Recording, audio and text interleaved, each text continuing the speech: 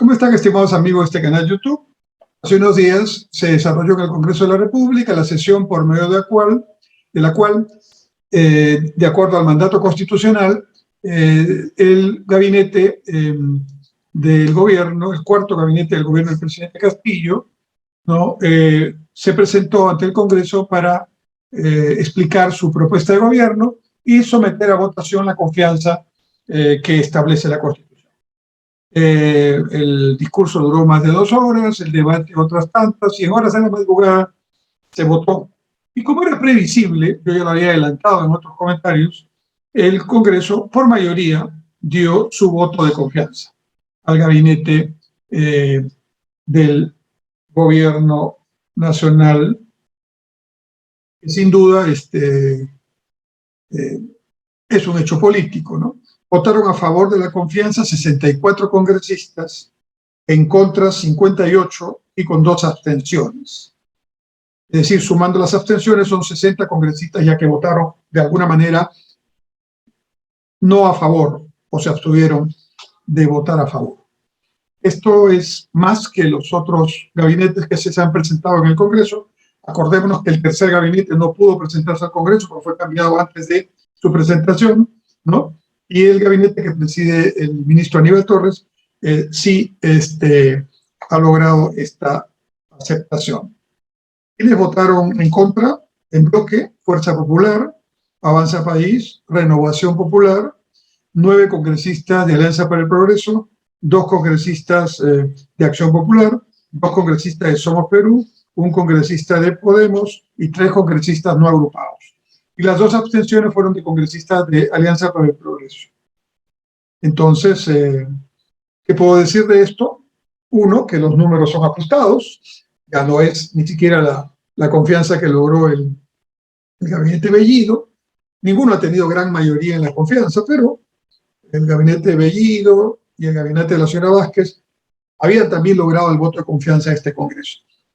Ahora, analizando ya más a fondo, ¿qué significa esto? ¿Le han dado un cheque en blanco al gobierno? ¿Ya se acabó el problema político entre el gobierno, poder ejecutivo y el Congreso de la República? No.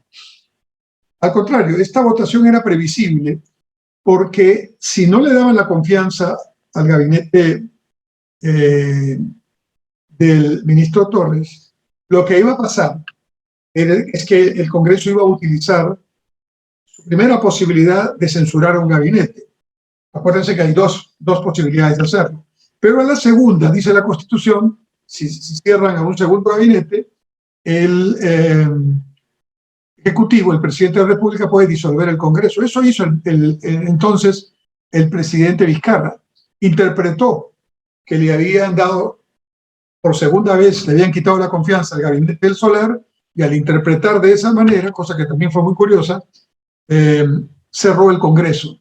Y cerrando el Congreso, convocó a nuevas elecciones para que otro Congreso completara el periodo, 1 año y algo, que le faltaba al Congreso correspondiente. Pero nadie sabe para quién trabaja. Ese mismo Congreso, ¿no?, le hizo un juicio político y lo bajó, lo sacó de la presidencia. Y entonces el presidente del Congreso, entonces el señor Sagasti, asumió temporalmente la presidencia y convocó a elecciones generales que llevaron al triunfo del hoy presidente Castillo. Entonces este tema no es juego, se trata de elementos que van analizándose. Lógicamente era previsible que el Congreso no utilizara su bala de plata, así le llaman, a la primera votación en contra de un gabinete, porque de estar a la ofensiva, hablando futbolísticamente, iba a pasar a la defensiva, porque ahora, si Castillo quisiera, si el presidente Castillo quisiera, manda un gabinete incluso solo por lograr que lo rechacen, ¿no?, un gabinete impresentable y no tiene la confianza, y automáticamente cierra el Congreso y convoca elecciones. Entonces, eso hubiera sido un elemento muy a favor del presidente Castillo, y el Congreso no quiso darse. Sin embargo, se van dando las condiciones, más bien, para una discusión política de la presencia del presidente, siempre dentro de la Constitución. Y, por cierto, no está en discusión su legitimidad como presidente. Eso no sé por qué lo sacan. Y en algún momento se pensó que podía haber alguna acción irregular, pero no, ya eso quedó aceptado. El presidente Castillo tiene un mandato legítimo proveniente de un voto popular tan legítimo como el de cualquier otro candidato que pudiera haber ganado las elecciones en segunda vuelta. No está en discusión. Lo que está en discusión es el tremendo desorden, el desmanejo, la falta de pericia, la falta de plan, la falta de ideas para desarrollar el gobierno y su incapacidad para escuchar la crítica y remendar o remediar lo que está haciendo mal. Entonces, evidentemente, todo esto está generando una mayor crisis política. Entonces, en el Congreso se están generando ya, con procesos iniciados, dos temas contra el presidente. Primero, hay una acción, un proyecto de acusación constitucional presentado por varios abogados importantes, constitucionalistas, que sostienen que el presidente Castillo, en la entrevista a CNN en español, donde recuerdan, contestó a una pregunta del periodista diciendo que, en su opinión, podía ser que le den una salida al mar a Bolivia, a Perú, que por eso incluso se podía convocar un referéndum, lo cual es anticonstitucional. Claro, otros dicen, pero no lo hizo, no solo lo mencionó, era una idea. Sí, pero el presidente de la República es el presidente el jefe supremo de las Fuerzas Armadas, dirige la política exterior, y entonces hay muchos elementos ahí que pueden ser debatibles. Ojo, la acusación constitucional ya se admitió a debate y eso corre ya su propio ritmo y esa no necesita los votos tan altos que necesita la vacancia, el proceso de vacancia, y eso está allí. Al mismo tiempo, mientras el gabinete de Torres sustentaba su propuesta de gobierno en el Congreso, 52 congresistas lograron firmar un documento, una moción de vacancia. Y entonces, para eso se necesitaban alrededor de 27 firmas. Entonces entró con 52 firmas, el doble de las necesarias, casi, y con esto está corriendo ya el tiempo para el segundo paso, que consiste en poner en discusión esta moción y someterla a votación. ¿Para qué? ¿Por qué es importante el número de 52 o 51?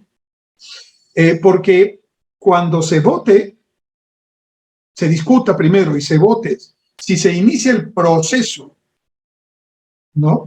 Hasta ahora se ha presentado la moción, pero ahora hay que admitir que se inicie el proceso de la moción de vacancia del presidente, por una serie de razones inconductas que se están poniendo allí. Eso necesita 52 votos como mínimo. Y claro, el esfuerzo que han hecho los congresistas que están incentivando este pedido de vacancia es poner un número de firmas muy cercano. Ahora, claro, están ahí en el límite, pero cuando se debata esto, si existen las 52 firmas o más, el proceso de vacancia del presidente Castillo se inicia. No quiere decir que vaya a ser vacado necesariamente. Se inicia un proceso en el cual es como un juicio, pero un juicio político, no legal. No es como algunos piensan, no, tiene que tener las pruebas de la inconducta penal. No, no, no. Eso es para la Fiscalía, eso es para el Poder Judicial. Lo que tiene que hacer el Congreso es discutir políticamente este tema. Es un juicio político. Impeachment le llaman en otros países. Y entonces la idea es el presidente tiene que ir a defenderse o enviar a su abogado para defenderse y esto se somete a una discusión en el Pleno del Congreso y luego se vota. En esa votación, sí, el Congreso tendría que votar con 87 votos o más para concretar la vacancia. Eso sucedió con el presidente Vizcarra, no sucedió con PPK, porque PPK, sabiendo que iba a ser sometido al mismo proceso, renunció antes, pero iba a ser sin duda vacado si se desarrollaba el proceso. Entonces, lo que estamos viendo aquí es no una suavización del tema político con la votación por la confianza del gabinete. Digamos que la confianza del gabinete ha pasado a un segundo lugar, no es tan importante por lo que he comentado. Y más bien empieza a ser importante este tema vinculado a la posible vacancia del presidente Castillo. ¿De qué depende que estos votos, 50 y tantos al principio, dentro de pocos días, y 87 en el momento crucial, puedan estar? Yo creo que todavía no están, pero podrían estar si los acontecimientos se desarrollan como se están desarrollando. Es decir, acordémonos un poco qué pasó cuando ocurrió la salida, digamos, así intempestiva del presidente Fujimori, yendo a una actuación oficial en el Asia, terminó renunciando por fax, ¿no? ahí ya se habían puesto en evidencia los llamados Vladimireos, ¿no?